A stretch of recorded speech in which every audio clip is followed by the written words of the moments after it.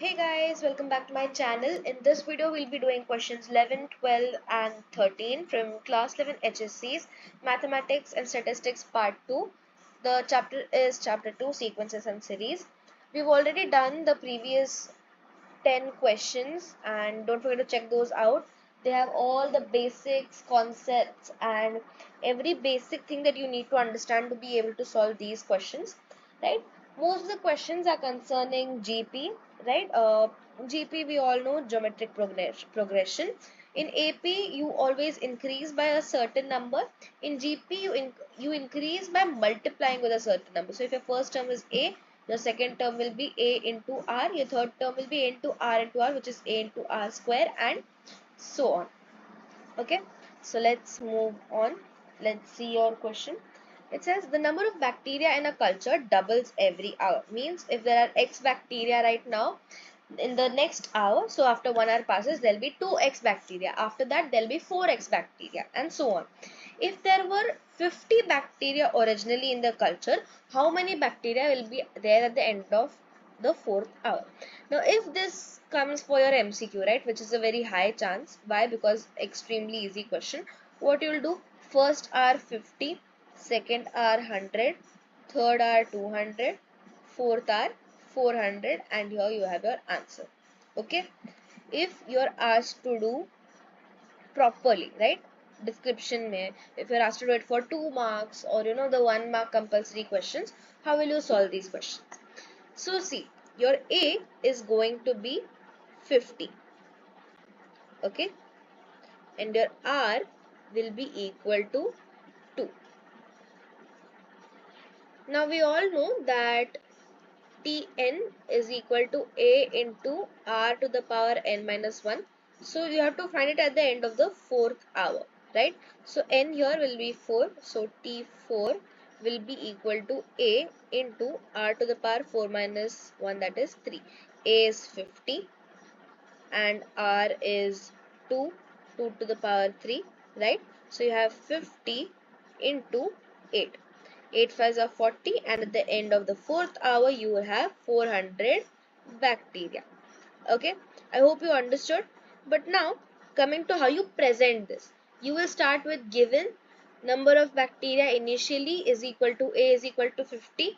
The rate at which bacteria increase is equal to R equal to 2. Then you'll find, we know that Tn is equal to this. Since we need to find the number of bacteria at 4th hour, we need to find T4. You'll mention that and then you'll write this whole line, and finally you'll write answer. At the end of the 4th hour, there will be 400 bacteria in the culture. Okay, let's move on to your question number 12. Here's your question number 12. A ball is dropped from a height of 80 feet. A ball is such that it rebounds 3/4 of the height it has fallen. Okay, so in the first one, if it falls this much, second one it will fall 3/4. That means just this much.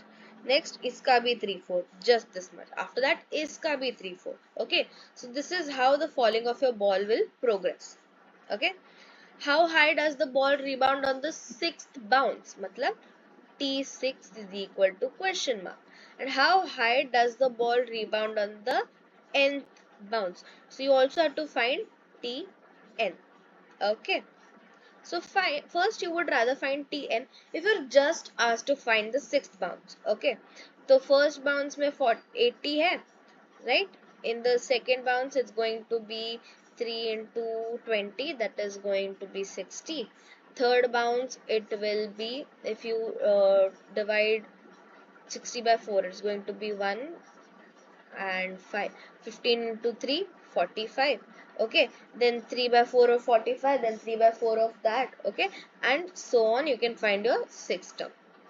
But now we are supposed to find it with proper working. You're supposed to show how it goes on, right?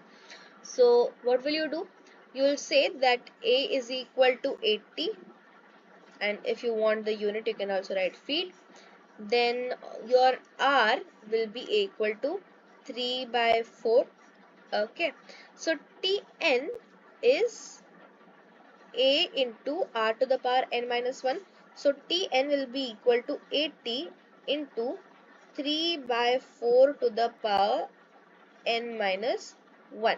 So at the nth second, it will bounce this much. Now if you're supposed to find how much it bounces at the end of 6th second, right? So you're supposed to find T6, which is equal to 80 into 3 to the power 5 upon 4 to the power 5. We know that this is 16 fives, so 2 powers go away at this very moment. So this becomes 5, right? So 3 to the power 5 is 81 into 5 upon 4 to the power 3 is 64. So that's 405 by 64 feet. Okay, you can write this in mixed fraction, you can write this as a decimal as your heart pleases. I will always prefer that you write it in decimal form for your full marks. Okay, now it's given three numbers 3x and x plus 6 are in GP. You have to find x, you have to find the 20th term and the nth term. Fair enough. So first of all, if 3x and x plus 6 are in GP, it would mean that x by 3 is equal to x plus 6 by x. From this you get x square is equal to 3x plus 18. So that is x square minus 3x minus 18 is equal to 0. You can write 3x as 6x minus 3x, or since it's minus 3x, you can write it as minus 6x plus 3x. So it becomes x square plus 3x minus 6x minus 18 is equal to 0. You take x common, so it becomes x plus 3. You take minus 6 common, it becomes x plus 3 again is equal to 0. So you have x plus 3 into x minus 6 is equal to 0, right? From this we get x is equal to minus 3 or x is equal to 6, right? So it could be any of those. You can consider any one that you want.